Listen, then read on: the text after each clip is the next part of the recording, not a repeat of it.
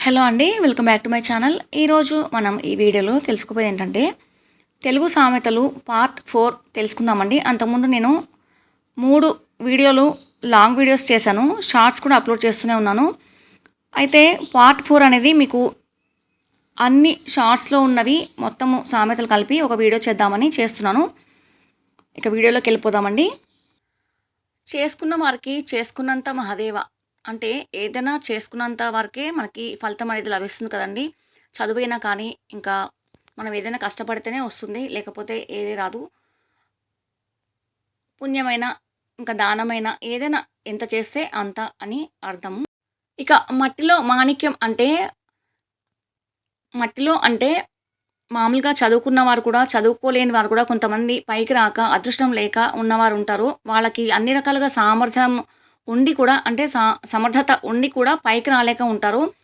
అంటే పాటలు పాడడం కానీ, ఇంకా లేక వేరే ఇతరమైన యాక్షన్ చేయడం గానీ, అంటే నటనలో ఆసక్తి ఉన్నవారు కానీ, ఇంకా వేరే ఇతరమైన ఏదైనా కొన్ని కొన్ని రకాలుగా వాళ్ళకి సమర్థత ఉండి కూడా పైకి రాలేక ఉంటారు కదా! వాళ్ళని మట్టిలో మాణిక్యం లాగా మిగిలిపోయారు అని అంటుంటారు అప్పుడప్పుడు.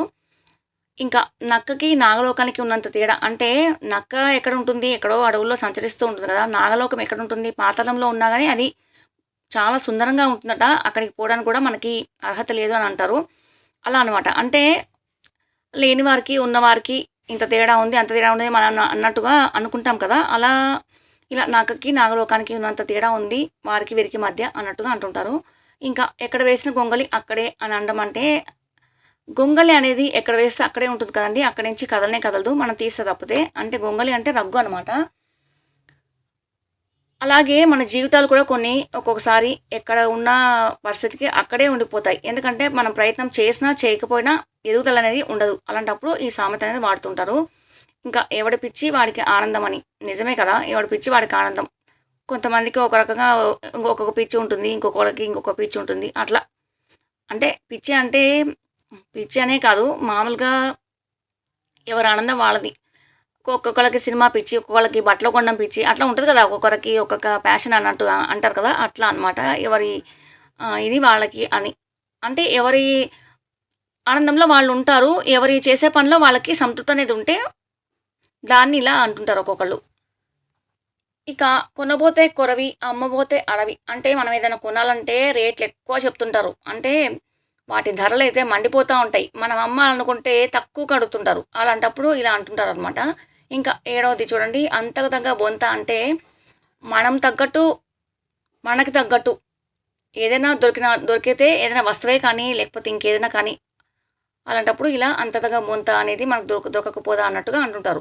ఇంకా ఎనిమిదవది మెత్తగా ఉంటే ఒత్తబుద్ధి అవుతుందండి. అంటే మెత్తగా ఉంటే మనం ఎట్లాగో మంచిగా ఇట్లా మెత్తగా ఉంది కదా అని చెప్పి చేతులు పెట్టి ఇట్లా ఒత్తుతుంటాం కదా! అంటే మనుషులు కూడా అలా మెత్తగా ఉన్నారనుకోండి, అంటే ఏమనకుండా సైలెంట్‌గా ఉండి ఉన్నారనుకోండి, వాళ్ళని ఇంకా ఏదైనా వేరే వాళ్ళు ఇంకా ఏదైనా అందాం, అందాం అన్నట్టుగా అంటుంటారు. అలాంటప్పుడు ఈ సామెత అనేది వాడుతుంటారు. అంటే మరీ మెత్తగా కూడా, మరీ ఇదిగా కూడా ఉండకూడదు. మంచితనంతో కూడా ఉండకూడదని అర్థం అనమాట.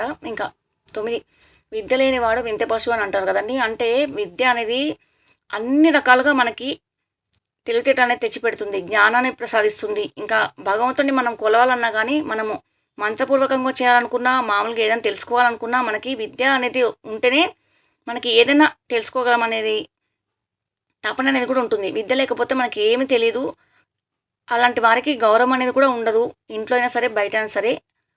అది ఇలా విద్య ఎవరన్నా లేని వారుంటే ఇలా అంటుంటారు ఒక్కొక్కళ్ళు. ఇంకా 10ది కట్టే, కొట్టే, తెచ్చే. అంటే మనము ఏదైనా చెప్పాలనుకుంటే సాగదీసి చెప్పడం వల్ల ఒక్కొక్కళ్ళకి విసుగు పుడుతుంటుంది. ఏంది వీరు చిన్నగున్నదాన్ని ఏదైనా సినిమా స్టోరీ చెప్పమనుకోండి, ఫస్ట్ నుంచి లాస్ట్ దాకా మొత్తం జరిగిందంతా పూసగుచ్చినట్టు చెప్తుంటారు కదా కొంతమంది. అలా కాకుండా సింపుల్‌గా చెప్పడం అనమాట. అంటే కట్టే, కొట్టే, తెచ్చే.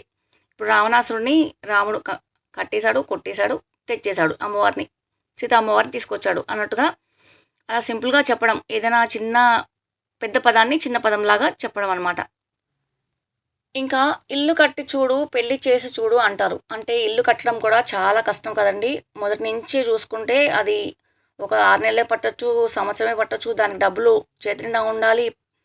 పనిచేసేవాళ్ళు మంచిగా దొరకాలి. అట్లయితేనే అవుతుంది. పెళ్లి చేయడం కూడా చాలా కష్టము. ఒక చేత్తో అవ్వదు. ఇంతమంది చేతులు కలిపితేనే పెళ్ళనేది చేయగలుగుతాము. కాబట్టి పెద్దవాళ్ళు ఇలా అన్నారనమాట. ఇల్లు కట్టి చూడు, పెళ్లి చేసి చూడు అని. అంటే 2 కష్టమే అని అర్థం అనమాట. ఇక ఒప్పుకున్న పెళ్ళికి వాయించక తప్పుతుందా? ఒకవేళ పెళ్ళికి వాయించాలనుకోని బాజాలు మనం బాజాలు భజంత్రీలు పెళ్ళికనేది ఒప్పుకుంటారు కదండీ! అది వీళ్ళు ఒప్పుకొని వాయించకపోయినా గానీ, వేరే వాళ్ళని పెట్టైనా వాయించాలి. అంటే పెళ్ళనేది ఆపేది కాదు. ఒక ముహూర్తం అనేది పెట్టుకున్నారంటే పెళ్లి ఖచ్చితంగా జరగాల్సిందే, చేయాల్సిందే. అలాంటప్పుడనమాట. ఏదైనా ఒప్పుకున్న పని చేయలేదంటే, ఇలా ఒప్పుకున్న పెళ్ళికి వాయించక తప్పుతుందా అన్నట్టు, మనం ఒప్పుకున్న తర్వాత మనం చేయక తప్పుతుందా అన్నట్లుగా అనుకుంటారనమాట. ఇంకా పుండు మీద కారం చల్లినట్టు. పుండు అయితే మనకి చాలా మంట పుడుతుంది. కారం వేసామనుకోండి దాని మీద ఇంకా మంట పుడుతుంది. అలా అసలే మనం బాధపడుతూ పుండయింది అని మనం బాధపడుతూ ఉంటుంటే, ఇంకా దాని మీద కారం చల్లామనుకోండి ఎట్లా ఉంటుంది? ఇంకా మంట ఎక్కువైపోయి వాళ్ళు ఇంకా మనల్ని ఏం చేస్తారో కూడా తెలీదు. అట్లా అనమాట. అంటే అసలే మనం బాధపడుతుంటే ఇంకా ఏదో ఒక మాటలని అనడం కానీ, లేకపోతే ఇంకా వాళ్ళని ఇంకా ఇబ్బంది పెట్టడం కానీ చేస్తుంటే ఇలా అంటుంటారు. ఇంకా పానకంలో పుడకలాగా అంటే ఇద్దరి మధ్యలో గానీ, ఇద్దరు భార్యాభర్తల మధ్యలో గానీ, ఇద్దరు వ్యక్తులు ఎవరైనా సంభాషించుకుంటున్నప్పుడు అంటే మాట్లాడుకుంటున్నప్పుడు పెద్దవాళ్ళు గానీ, ఎవరైనా మాట్లాడుకున్నప్పుడు పిల్లలు మధ్యలోకెళ్ళినా గానీ, ఇంకా ఎవరైనా వేరే రహస్యాలేమైనా చెప్పుకుంటుంటే మధ్యలో ఎవరైనా ఎళ్తున్నా గానీ, ఇలా అంటుంటారు. పానకంలో పుడకలాగా నువ్వేంటి ఇలా వచ్చావు అని అన్నట్టుగా. అలాంటప్పుడు ఇలా సామెత వాడుతుంటారు. ఇంకా దారిన పోయే కంప మనకు తగులుతున్నట్టు. అంటే దారిన పోతుంటే మనకి పక్కన కంప చెట్లు అవి ఇవి ఉంటాయి. కానీ మనము పక్క నుంచి వెళ్తే అది మనకు తగలదు. అదే మనం కావాలనుకోని ఆ పక్క నుంచి ఎళ్ళామనుకోండి, ఆ కంప మొత్తం మనకు తగులుతుంది.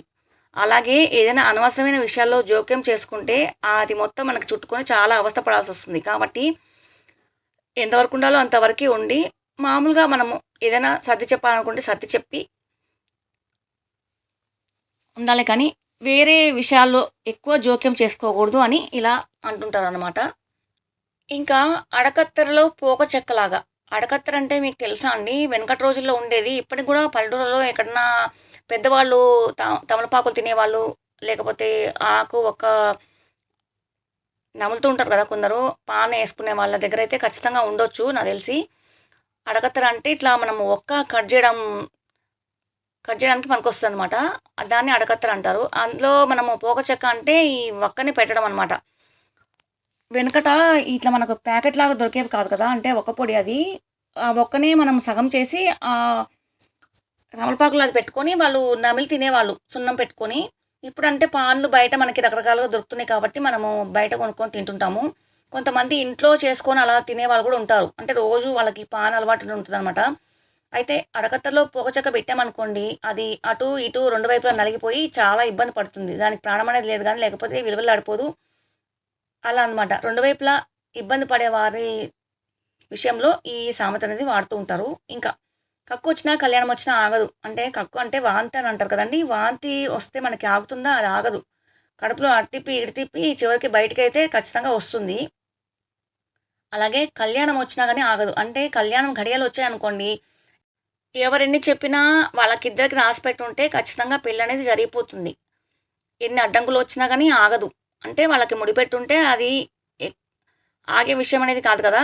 అలా అనమాట. అంటే వాంతొచ్చినా ఆగదు, ఈ కళ్యాణం వచ్చినా గానీ ఆగదు అని కొంతమంది అలా అంటుంటారు. పెళ్ళిళ్ళు కాలేదనుకోండి, మా పిల్లలకి పెళ్ళిళ్ళు కావట్లేదు అంటే, ఆ టైమొస్తే అంటే సమయం అనేది మనకి వస్తే ఖచ్చితంగా జరిగిపోతుంది అని ఇలా వాడుతుంటాం. నేను చేశాను వీడియోసు, షార్ట్స్ కూడా పెట్టాను. దాదాపుగా ఇప్పటివరకి 88 దాకా అయినాయి. ఇంకా 100 కూడా దాటొచ్చు చెప్పలేము. అయితే అంతకుముందు చేసిన వీడియోస్ చాలా లాంగ్ అయిపోయినాయి. అందుకని షార్ట్ వీడియోలాగా చేద్దామని చెప్పి పెట్టాను. అయినా గానీ 8 మినిట్స్ అయిపోయింది. కొంతమందికి తెలుస్తాయి అని చెప్తున్నాను. ఎందుకంటే తెలుగు మీడియం పిల్లలు ఇప్పుడు తక్కువ చాలా. ఇంగ్లీష్ మీడియం వాళ్ళకైతే అసలు తెలుగే రాదు. ఇట్లాంటి పదాలు కూడా తెలీదు. కాబట్టి నేను కొన్ని నాకు తెలిసినంత వరకు నేను అప్లోడ్ చేయాలని ఇలా చేస్తున్నా అండి. మీకు ఈ వీడియో నచ్చినట్లయితే లైక్ చేయండి, షేర్ చేయండి, సబ్స్క్రైబ్ చేయడం మర్చిపోకండి. పక్కన ఉన్న గంట సింబల్ని మీరు ఆల్ అని ట్యాప్ చేయండి. దాని ద్వారా నేను వీడియో పోస్ట్ చేయగానే మీ దాకా నోటిఫికేషన్ అనేది వస్తుంది. నేను వీడియో పెట్టగానే మీరు చూడగలుగుతారు. ఇలాంటి వీడియోస్ మీకు నచ్చినట్లయితే ఇంకా పోస్ట్ చేస్తూనే ఉంటాను. షార్ట్స్‌కి అయితే బాగానే వ్యూస్ వస్తున్నాయి. సో, నేను లాంగ్ వీడియో కూడా అప్లోడ్ చేస్తున్నాను. ఇంకా వేరేయి కూడా అప్లోడ్ చేస్తున్నాను వీడియోస్. మీరు ఛానల్ అయితే చూడండి. మీకు నచ్చితే సబ్స్క్రైబ్ చేసుకోండి. చూస్తూనే ఉండండి. ఈ వీడియో చూసినందుకు ధన్యవాదాలండి. మరొక వీడియోతో మీ ముందుంటాను.